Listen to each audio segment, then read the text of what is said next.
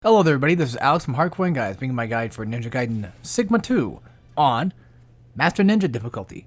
Today we are doing Chapter 13, which is entitled The Temple of Sacrifice. This is going to be the boss fight. For this one is Elizabeth. So I think this is like the first time we ever get to fight her for realsies, so there's that. Also, this place does have a pretty neat aesthetic to it, but I've actually hated this chapter just in general. Like, it does have a nice, like, you know, blood pouring type thing going on, which does look cool. The blood rain does look cool. It's just, I've done this part so much, this level so much, that I've gotten kind of bored of it and tired of playing it. So I upgrade Endless Fang level 3. These snake guys show up. Azuna drop, Flying Swallow, UT, fun stuff. After you've gotten rid of them, I'm gonna continue on. I think there's gonna be like undead guys and then more snakes. For the most part, the first beginning part of this level in general is gonna have quite a few of these snakes or gorgons. I think they're probably actually gorgons because I don't know. Like gorgons usually have like snake-like protrude. Well, I don't know. Maybe they are. I've always thought they were. Well, the only reason I assume that they're probably gorgons is because they're snake-like and they have tits. That's literally the only reason. So, yeah, I'm gonna get canceled on Twitter for that one. But, alright, so, if you got money, you know, you lose health, whatever, spend it if you need. By now, you probably should have quite a bit of money if you haven't been too expensive with your purchases, especially if you get like a bunch of crystal skulls along your way, which I recommend getting at least, I don't know, a good 20. So that way at least you get a decent discount. And 30 I think drops them down to like, I think drops it down to like, what, 1,800 for like a devil mushroom maybe? Something like that, or maybe like 2,000. It's like really low, really cheap cost stuff. I mean like low end health items are actually relatively cheap too. I don't know exactly when the discounts take place. I don't know if it takes place like every single crystal skull or if it's like every like increments of like 5 or 10 or something. But again, once you've gotten rid of those undead guys, the next is relatively simple. Just get rid of the snakes. I recommend going for Azuna drops, so that way at least you have the iframes. There's nothing down here. It's just a way for you to get back up if you fall down. Just one of those, you know, just gaming things. You know what I mean? Just gaming things. After that, we have, once again, more snakes. Luckily for us, there's only like 2 of them, which it's not that bad to deal with, but they're there. You know, I'm actually... Oh, sorry. I'm actually curious on what the hell they're actually called. Give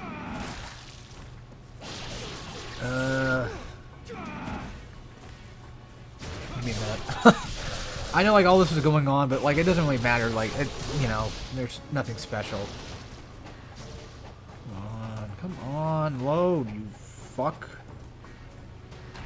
Ugh. I hate phones. Let's see here. What pisses me... Yeah, it just pisses me off. I'm trying to type something and then it just does like that crap of like... It thinks I'm holding it down. Like, I mean, I have sausage fingers, so that's probably why. But alright, next part. You get a life of the gods, blah, blah, blah. Next part shows up.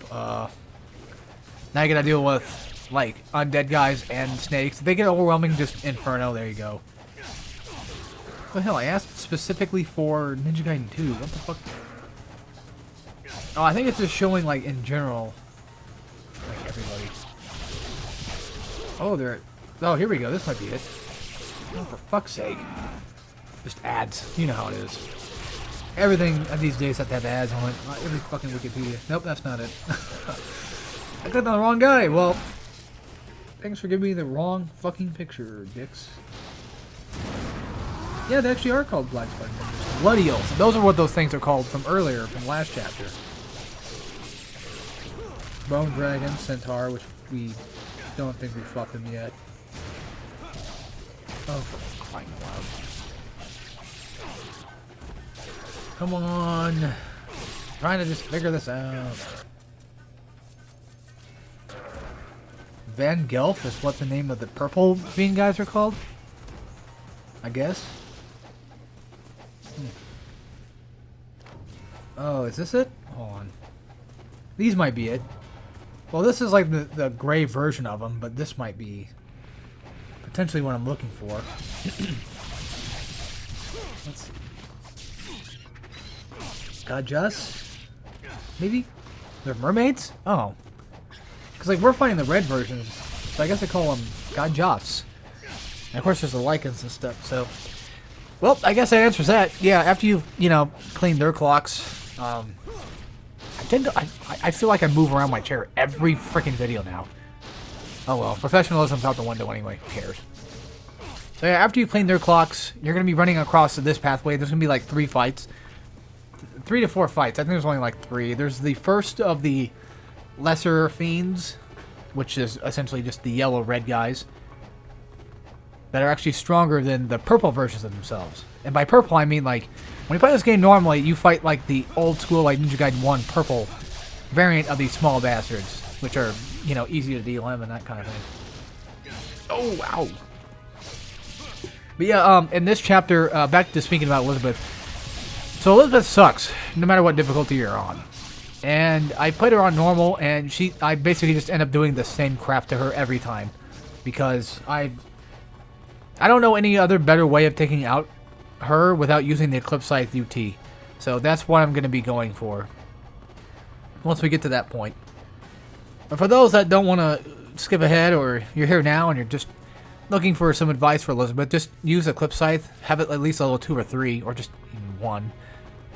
I mean, more damage is better, truly, but just have it at least a good level, and then after that, charge, level 2 UT, and then launch it. So, every once in a while, just stay back, but I'll talk more about that when we get there. This was basically pointless. I don't know why I went all the way back here. You have plenty of time to prepare for UT, but it's almost kind of not really worth it. What about Piercing Void?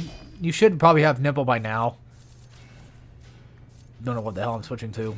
Yeah, Lunar Stab, there we go. Well, don't know why I accidentally clicked on Talons like an idiot.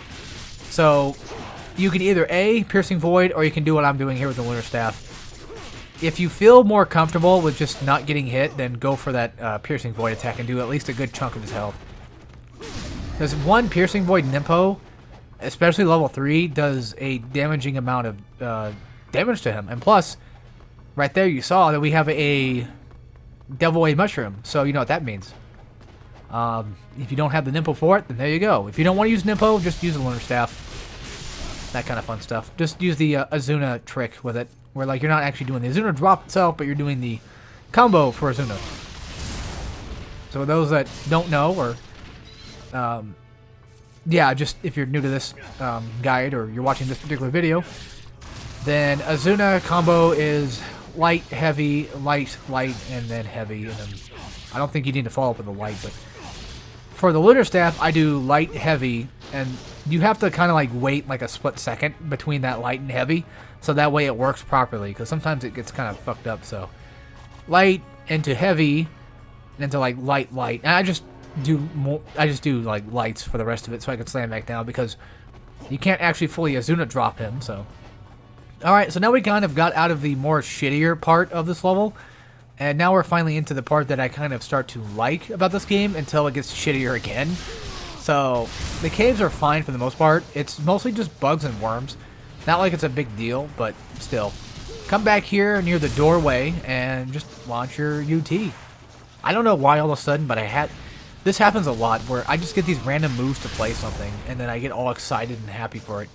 But just coming back here, for some reason, maybe I want to play Ratchet & Clank, of all things. I don't know.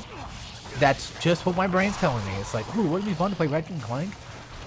Like the first one? I mean, I like the first one quite a bit. It's always been one of my faves. There's a couple of things. Well, nowadays, not so much, because like sometimes Ratchet games just get too long. I haven't gotten the chance to play Ripped Apart yet, because the PS5 to play it with, which is unfortunate. But yeah, after you finish these guys off, there's only 2 worms and just that amount of bugs. Nothing big, nothing bad. After you've taken out them, run back, save your game, make sure you're okay and you're safe. You do take damage while you're inside the swamp pool. Not much, but still, it's just enough to potentially scare you off. If you fall down here, there's going to be bugs that are going to be down there, and there's going to be a blue essence chest. If you run back here, there's a crystal skull right there. So I wasn't trying to show off where the crystal skull was. I was just trying to make sure there's no other items. But for those that are looking for crystal skulls and you haven't found one yet, then there you go. You can check there. At least off, you know, my memory, that's where it should be. So yeah, I kind of fudged up the UT again, and I think the reason why he went that way was probably because there's bugs down there. I actually just thought it was death. So that's why I didn't jump down there. I actually fell down when I did a chapter... No. What the hell did I do? No, I recently went through and I beat the game on easy. Yeah, so I get the trophy for beating on easy. Yeah, I accidentally fell down there, and then I realized, like, oh, there's something down here. I could talk about that in my guide, and here we are. So yeah, like I said, I did become addicted to this game for a little bit, but I've kind of, sort of, broke out of that addiction, just a small bit for now.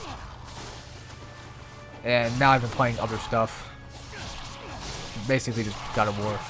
There's really no point for me to play God of War 4, considering the fact that I've already beaten it, but I'm just trying to, like, play through it again so I can kind of get my bearings right when it comes to the difficulty. So I can kind of explain why I don't think it's, like, a great difficulty mode, but it's an okay one at best. It's just one of those things, because, like, if I didn't care that much about the God of War franchise, why would I be this, you know, this anal about stuff like that? You know what I mean? But that's just a problem I've always had. If I care about a franchise enough, I will argue and shit about. I will, you know, throw shit all the time about just everything and anything. I will always try to be critical of things that I don't like. It's just who I am. So this part, when you run up here, you're gonna get a cutscene. I recommend after you get that cutscene, you just save your game because you don't want to see this every freaking time.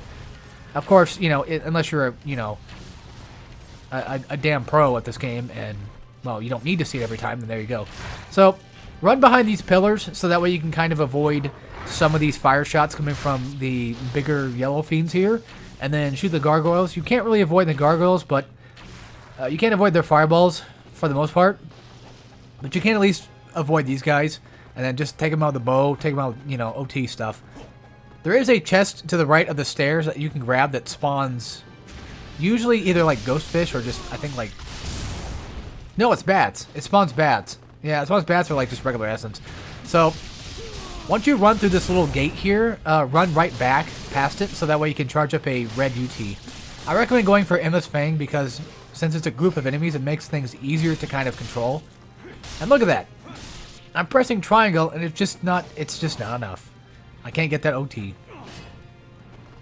But you see these big buttons right here as well? I didn't even know this for the longest time. And by the way, fun fact, there's actually a sort of pseudo secret boss.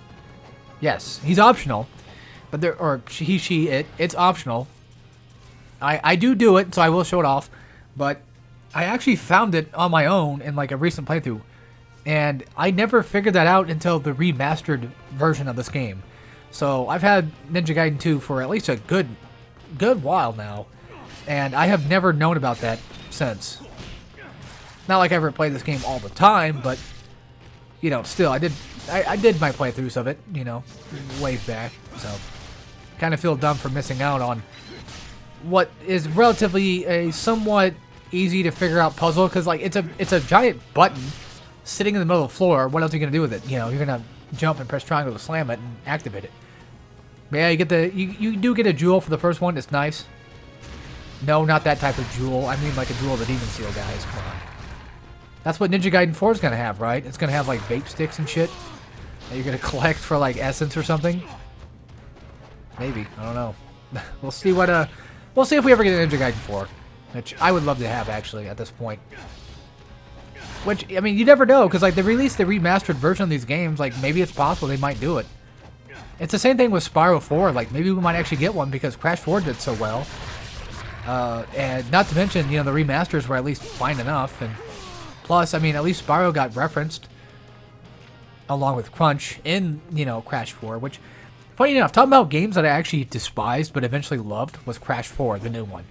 I actually didn't like it when I first played it. It took me a good while to like that game, but maybe it's just me because I'm the Hardcorian guy, but I don't know what it is about it, but it gets better the more you play it, because like once you start like really playing the game, and when you're going for everything and you're finding things and you're getting things, especially if you look up guides of where shit's at, you feel relatively rewarded, and it just feels nice. Getting the platinum relics is going to suck ass, though. But speaking of platinums, that might be a potentially fun thing to try to do, is get all the platinum relics and maybe do guides of them. Again, I say maybe. It's one of those things of, probably won't happen. If it does, that'd be cool. If it doesn't, there's plenty of other fish in the sea for you to watch how to get platinums, so. But I did actually platinum, get the platinum relic for, well, I platinum all the game, well, except for, I haven't platinum, like, trophy 4, but, that one's hard, that one's long. I did get all the platinum, or, no, I did get the platinum relic for the DLC for Crash 1. The Stormy Ascent, yeah, because that little one trick where you can, you know, kind of like squeeze through that little area and get quite a bit of time off on this one. So yeah, once you start crossing this bridge, you're going to fight these ass wipes. And nothing too special. You can charge up a red UT with a scythe, so that way you get the zone shot from it. Or you can use a bow, or even the Howling Cannon. I actually don't really use a Howling Cannon very often in this game, as you probably noted. But I actually do end up using it a little bit more in this chapter specifically, so. And I'll show you a good place to use it. There's 2 places I can think of. One is the boss, if you wanted to.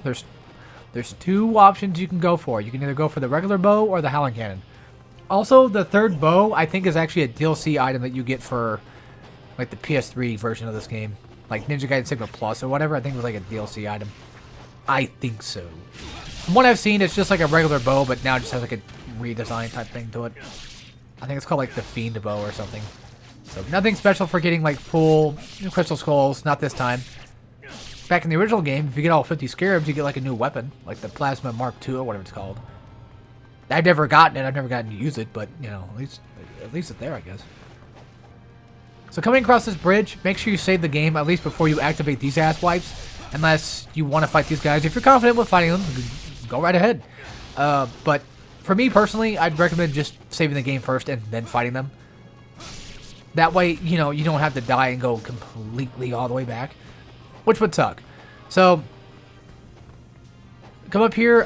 If you knock this down, if you don't have a grain on hand, that's what you get to pick up here. So grains of spiritual life is the item that you get. Again, if you don't have it, which, you know, when it comes to the marketplace, buy the talisman. You don't have to buy it right now. There is going to be another marketplace before Elizabeth shows up, but I recommend buying one at least as early as possible. So that way, when you go to deal with the guys on the stairs, you know, like I did, I eventually died on the stairs. So that's what I recommend going for. Unfortunately for us, we can't go back as far as I'm aware. We can't go back and save our game. So from here on out, we're basically stuck with having to fight everything in our path. And having that talisman on hand is very nice to have just in case. Because, well, as we'll see eventually, I did die. And if I didn't have that talisman on, I would have been fucked. I mean, that's, you know, that's just the nature of this game. I would have been screwed. Not like it's a long way back, but, you know, it's just one of those things of, I'd rather just not. So come across this little way, spawn the enemies, run behind this wall, launch a UT. Don't flub it up like I do. Because the game just decided to say, yeah, no, you're not doing it. I don't know, the game's weird like that. It does that sometimes. If they do get overwhelming, you know, you can always cast a Nympho. I'd recommend going for Inferno, especially for groups of enemies. As long as you have a good couple of Nympho on hand at all times, you're relatively okay for the most part. Because what we want to have is at least a good couple of amounts of them, so that way we can use them on the boss if need be. And by the boss, I mean like the main boss of this chapter, which is Elizabeth. So, there's that. I actually didn't use the bow for this. I just mostly used the Howling Cannon. But I'm going to go ahead and explain in detail the slight differences that both have. So for this boss fight in particular, what you're going to do is you're going to run over to the left of these stairs, and you're going to slam on this button. And that's going to spawn the enemy. There's an herb of spiritual life, so if you needed that extra little bit of health, and there you go. This boss is optional. He's also relatively easy, or whatever it is. It's relatively easy to fight. It's not that bad, because all it's doing is just flying around. So the reason why, okay, for starters, the Howling Cannon. You see that it does a decent bit of damage. I unfortunately don't whip out the bow to show the difference. I don't think I do. Oh no, I do. Okay, cool. So yeah, as you see, with the bow, I'm doing little damage, but here's the key. You see that? I'm hitting him in the tail while he's still moving around. He's going to do that quite often. He does have like a few attacks. He has like one fireball that's relatively telegraphed. I mean, all of the attacks are telegraphed as hell. And the fireball one, you know, it's super slow. It does nothing. And there's another one that actually launches like right here, where it launches like 4 different fireballs. It's much quicker, but the telegraph is the fact that he's actually about to summon it faster than he would have the other major ball. So yeah, every once in a while you can get a good couple of shots off with the Howling Cannon, but it doesn't really matter which, if you use the bow or the cannon or not. It doesn't matter. But I'm just trying to tell you, like, the small difference is the fact that, like, while he's moving, you can't hit him with a cannon, but you can hit him with a bow. So if you want those extra pop shots, then go for it. Oh yeah, this attack. So he has a horizontal and like a vertical laser attack.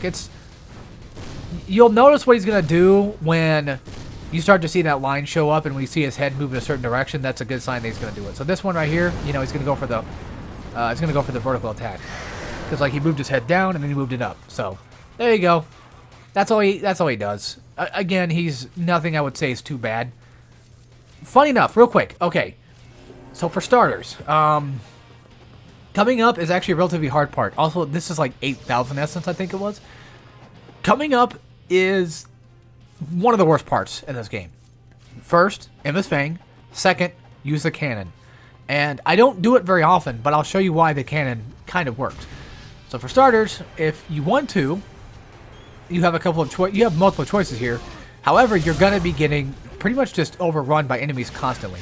And you want to be constantly doing UTs if they get close to you. The cannon only comes into play when they're up farther away up on the stairs and you can blast them, because the cannon actually does relatively decent damage to them. I just unfortunately didn't understand or even know that the cannon was that useful until later. So yes, these are regular spider, like white Spider Clan ninjas. However, they are relatively aggressive and they can be quite brutal. Especially when, you know, if they were to grab you, then you would be screwed and go all the way back to your save, and that would be very fun, now wouldn't it? Of course, if you do go back to your save, you can always just skip the optional boss fight, no big deal. But this right here, yeah, I would have been dead if I hadn't had that talisman. And luckily for us, there's a marketplace coming up, you know, right at these stairs, so I can always just buy me a second one. It was no big deal. At the time, I was like, well, I'm not going back. There's no way in hell I'm going back. This part is just too damn long. There's just too much of this crap. But one thing, like I've been saying, like the major thing here, what you want to go for is at least an Emma's Fang UT. You don't want to bother with Dragon Sword because you might, you know, it might not work the best for this. So Emma's Fang just, the way Emma's Fang works is at least it just comes out when it needs to. If you do get overwhelmed, kind of, you know, you can always Piercing Void, maybe even Inferno, or just Phoenix. If you want to surround yourself, that way, you know, the enemies can't do anything. Or even the Wind Nimble works pretty well, too. But for me, personally, if I get overwhelmed, I like to just windmill technique, which is, you know, the X and square at the same time, and then you jump toward the enemy, and then you press it again, and then you throw them. Or you just jump toward the enemy, and then you press X and square. Either way. So that way you can kind of like throw them and get some decent damage, especially splat them against the wall. It at least gives you a second to breathe, which it's not very often in this game. At least when it comes to like fights. So yeah, you need every chance you can to breathe, basically. So again, the Howling Cannon, you can at least just shoot them while they're coming down these stairs, because you have plenty of time to shoot at them. And the reason why I say the cannon is because it does decent damage, and not only that, but it relatively does good AoE splash, so that way you can at least hit like a good couple of them at once. The reason why I don't use the bow is because these guys are just too quick to kind of like go through. I could have sworn I used the cannon in this. I'm pretty sure I did.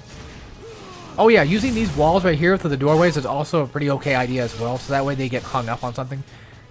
Technically speaking, you can either run all the way down the stairs or you can run all the way up the stairs, but when it comes to using a UT anywhere on these stairs at all, I always recommend at least being on a flat surface, because as soon as you jump down and then you go for a UT, you might do something like I do eventually, where I just kind of like slam the ground instead. I guess I didn't do it there, but sometimes I do accidentally slam the ground, and that's not what I wanted. Because since you're jumping down a slope, you know, you have to You gotta get your timing just right, basically. Okay, so here's the Howling Gang. And, I mean, yeah, the guy was already delimbed. Like, most of them were delimbed, but, you know, for the most part, it at least killed him. So, that's what I was actually going for. Or at least killed one of them. Again, yeah, he was delimbed, but still, I feel like it's possible the Howling Gang might work. Up here is Blue Essence. No, it's not.